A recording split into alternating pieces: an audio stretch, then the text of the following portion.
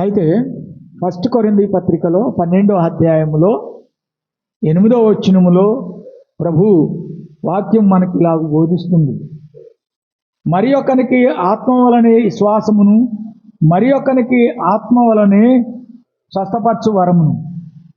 8వ వచనము, ఎలయనగా ఒకనికి ఆత్మ మూలముగా బుద్ధి వాక్యమును అనుగ్రహింపబడుతుంది, పరిశుద్ధాత్మ మూలముగా మరి ఒకనికి బుద్ధివాక్యము అనుగ్రహింపబడుతుంది. 1 కొరింథీ పత్రికలో 12వ అధ్యాయములో 8వ వచనములో రాయబడి ఉన్నది. అలాగనే ప్రియమైన దేవుని బిడ్డలారా,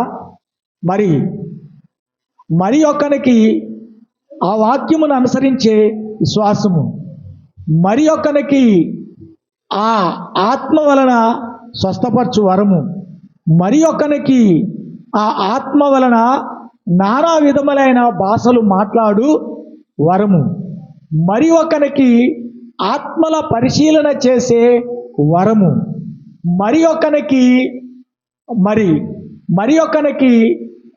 దేవుని ఆత్మ వలన నడిపింపబడే వరము. కాబట్టి అక్కడ 8వ వచనంలో మనకి ప్రభు సెలవిస్తున్న వాక్యం ఏంటంటే, మరి ఒకనికి ఆత్మ వలన బుద్ధివాక్యము అనుగ్రహింపబడుతున్నది. హల్లెలూయా. ఆత్మ వలన బుద్ధివాక్యము అనుగ్రహింపబడుతున్నది. కాబట్టి ఎవరు ప్రభువు రాజ్యం చేరగలరు అంటే, బుద్ధిమంతులు మాత్రమే ప్రభు రాజ్యములో ప్రవేశించినట్టుగా పరిశుద్ధ గ్రంథములో రాయబడి ఉన్నది. కాబట్టి బుద్ధి లేని వారితో ప్రభు ఈ విధంగా సెలవిస్తున్నాడు. మత్తయి శుభవార్తలో 7వ అధ్యాయము 21వ వచనములో ఈ విధంగా ప్రభు సెలవిస్తున్నాడు.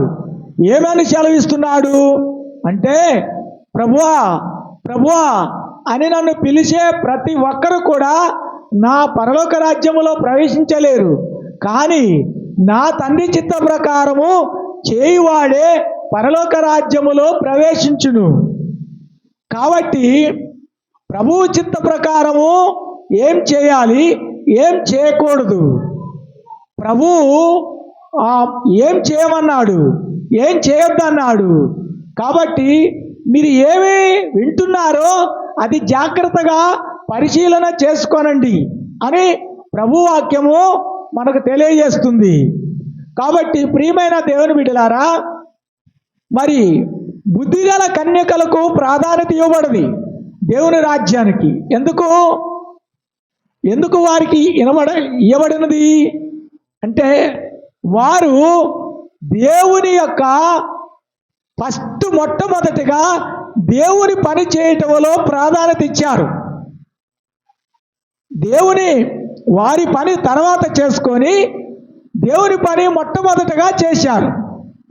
అయితే ఇక్కడ చూడండి, ప్రకటన 3వ అధ్యాయము 20వ వచనము మనం చూసినట్లయితే, ఇదిగో తలుపు నద్దుండి నేను తట్టుచున్నాడు, ఎవరైనను నా స్వరమిని తలుపు తీస్తే అతని ఎద్దకొచ్చి అతనితో కలిసి భోజనం చేస్తానన్నాడు.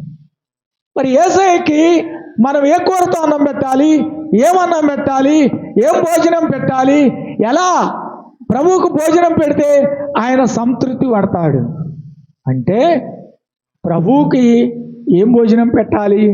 ఒక అంజూరపు చెట్టు దగ్గరికి ప్రభువారు వెళ్ళినప్పుడు అది ఆకులు మాత్రమే ఉన్నా కానీ దానికి అక్కడ ఆయనకి ఆకలికి పండ్లు ఇవ్వలేదు. ఏంటి ఆ పండ్లు ఇవ్వలేదు? ఆయన ఆకలి తీర్చలేదు కనుక ఆ అంజూరపు చెట్టు తర్వాత 20వ లూకాసు వార్తలో 11వ అధ్యాయములో 20వ వచనములో ఆ అంజూరపు చెట్టు ఎండిపోయి ఉండటం చూశాను. ఎందుకు అది ఎండిపోయింది? తండ్రికి తల్లికి అన్నం పెట్టకపోతే వీడు చెడ్డోడు అంటారు. అట్లానే దేవుని పనిలో ఆ దేవుని యొక్క ఆకలి తీర్చటములో ఆ చెట్టు ఉపయోగపడలేదు. అందువల్ల ఆ చెట్టు శపింపబడిపోయింది. అట్లానే దేవునికి అన్నము ఏంటి? దేవునికి ఆకలి ఏంటి, ఏం అన్నంతో పెట్టాలి అని మనం ఊరక అనుకుంటా ఉంటాం. ఇక్కడ ఉన్నది వాక్యము యోహాను సువార్తలో 4వ అధ్యాయములో అలాగే 34వ వచనములో నా తండ్రి చిత్తము నెరవేర్చుటయు ఆయన పని తుదముట్టించుటయు నాకు ఆహారం అయినది. కాబట్టి ప్రభు పని చేసింది ఎవరు అంటే బుద్ధిగల కన్యకలు. మొట్టమొదటిగా ఆయన పనిని చేసిన తర్వాతనే అన్నం తిన్నారు. కాబట్టి ప్రభు అన్నాడు, ఎవరైనా నా స్వరం విని తలుపు తీస్తే అతని ఎద్దకొచ్చి నేను అతనితో కలిసి భోజనం చేస్తాము అన్నాడు.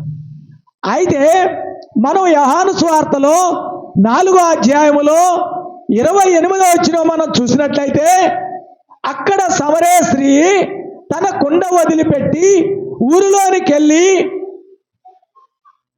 ఈయన క్రీస్తు కాడని చెప్పి అనేకులను ప్రభువు దగ్గరికి ఆమె తీసుకొచ్చింది. దీనివల్ల ప్రభువుకి ఏం కలిగింది? లూకాసు వార్తలో 15వ అధ్యాయములో 7వ వచనంలో ఇలాగ రాయబడింది, మరియు మారు మనసు అక్కడ లేని 99 మంది నీతిమంతుల విషయమై కలుగు సంతోషము కంటే పరలోకమందు ఎక్కువ సంతోషం కలుగును. అంటే మార్గము తప్పి తిరుగుతున్న వారిని ప్రభు త్రోవలోకి నడిపించినట్లయితే, ప్రభు మార్గంలోకి నడిపించినట్లయితే, ప్రభు వాదంలోకి నడిపించినట్లయితే, అప్పుడు నశించిపోయేదాన్ని రక్షించినట్లయితే, ప్రభు సన్నిధికి తీసుకొచ్చినట్లయితే అప్పుడు దేవునికి ఎక్కువ సంతోషం కలుగుతున్నది. పరలోకమందు ఎక్కువ సంతోషము కలుగును. ఎవరిని బట్టి? ఈ సమరయ స్త్రీ తన అర్జెంటు పనులు వదిలిపెట్టి మొట్టమొదటిగా దేవుని పని చేయగలిగింది.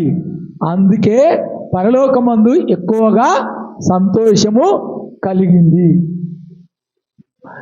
1 కొరింథీ పత్రికలో 12వ అధ్యాయములో 30వ వచనములో ఇలాగుంది,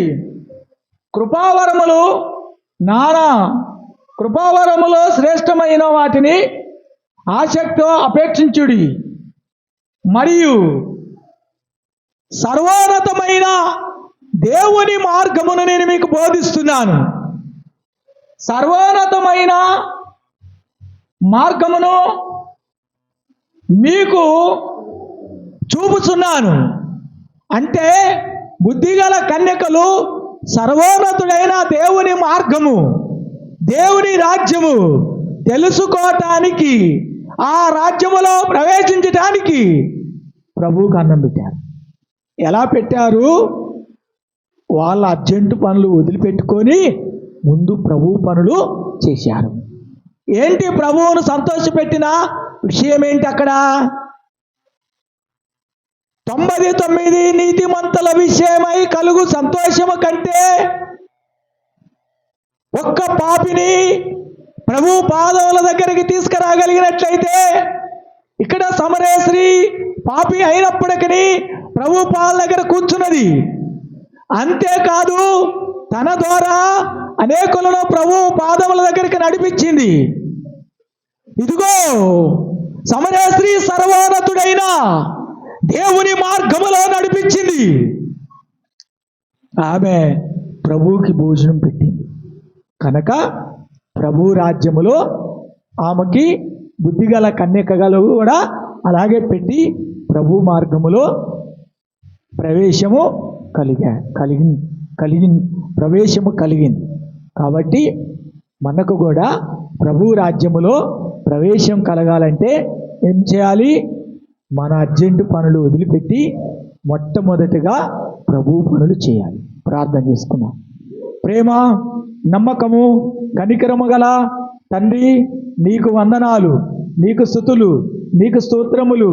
ఇదిగో ఈ సర్వోన్నతమైన మార్గములో ఈ బిడ్డలు, ఈ లోకము, ఈ దేశము నడుచున్నట్లు సర్వోన్నతమైన ఉత్తమమైన మార్గము, క్రీస్తు మార్గము, పవిత్ర మార్గము, పరిశుద్ధ మార్గములో నడుచునట్లు ప్రతి బిడ్డకి దైవకృప, జ్ఞానవాక్యము, బుద్ధివాక్యము అనుగ్రహింపబడును గాక.